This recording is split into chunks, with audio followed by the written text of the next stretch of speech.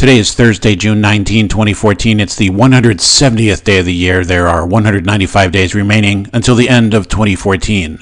Sunrise today is at 5:06 a.m. The sun sets at 8:37 p.m. Length of daylight hours today is 15 hours, 31 minutes, 11 seconds. That's 9 seconds longer than yesterday. Tomorrow's daylight will persist 5 seconds longer than today.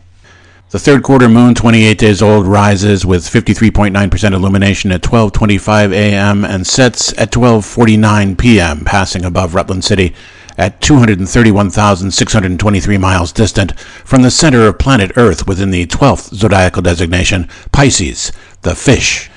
On this day in 1586, English colonists leave Roanoke Island after failing at England's oldest established permanent settlement in North America. They're followed by other hardy Englishmen and women who are not so lucky. Before, there were Puritans on the shore of Massachusetts Bay sharing lunch under the trees with the Wampanoags. Old Queen Elizabeth, the Virgin Queen, Old Queen Bess, Her Royal Highness, as portrayed by Bette Davis, Cate Blanchett twice, and Dame Judi Dench, the late M, if that doesn't spoil anything for you in the latest 007 pictures. And if it does spoil it, then you really can't be much of a fan now, can you?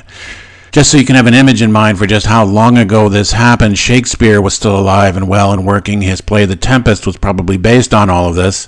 QE1 gives Sir Walter Raleigh a royal charter for a New World colony, the purpose of which, very high-minded, to build a base on the shores of the Western Atlantic from which to launch piratical raids on the Spanish, then England's mortal enemy. The project is doomed from the beginning, although Raleigh comes out okay later when he discovers the original noxious weed, smoking tobacco, and brings it back to England and starts dealing. Huge success for Raleigh. His brother, Sir Humphrey Gilbert, not so lucky. He puts up the cash to finance the venture, but he drowns in 1583 trying to colonize St. John's, Newfoundland. Could have been the first Englishman to colonize oceanfront Florida, but no, that's already taken by the Spanish. But North Carolina is not anybody's version of second-rate real estate. So why did Roanoke fail? Nobody knows. Could have been the mosquito swarms. They all complain about that. Most likely, though, the native tribespeople found the English far too foppish and easy to vanquish, plus they keep trying to mooch eats off the tribe. And that can get very annoying. The English are far too noisy, and they're notoriously bad shots. All they do is scare the game away. Researchers say the English arrive at Roanoke in the middle of a 3-year drought, climate change. Could have done them all in. On this day in 1953, Julius and Ethel Rosenberg are executed at Sing Sing in New York. The Rosenbergs are accused and convicted of passing secret plans to agents of the Soviet Union for building atom bombs. Their case prompts an outpouring of support from left-leaning artists such as Nelson Algren, Bertolt Brecht, Dashiell Hammett, Frida Kahlo, Diego Rivera. Jean-Paul Sartre, then the leading French intellectual, fascinates Americans because his writing is so impenetrable, calls the case a legal lynching, which smears with blood a whole nation. He's not making friends in the State Department. Sartre writes, "By killing the Rosenbergs, you've quite simply tried to halt the progress of science by human sacrifice."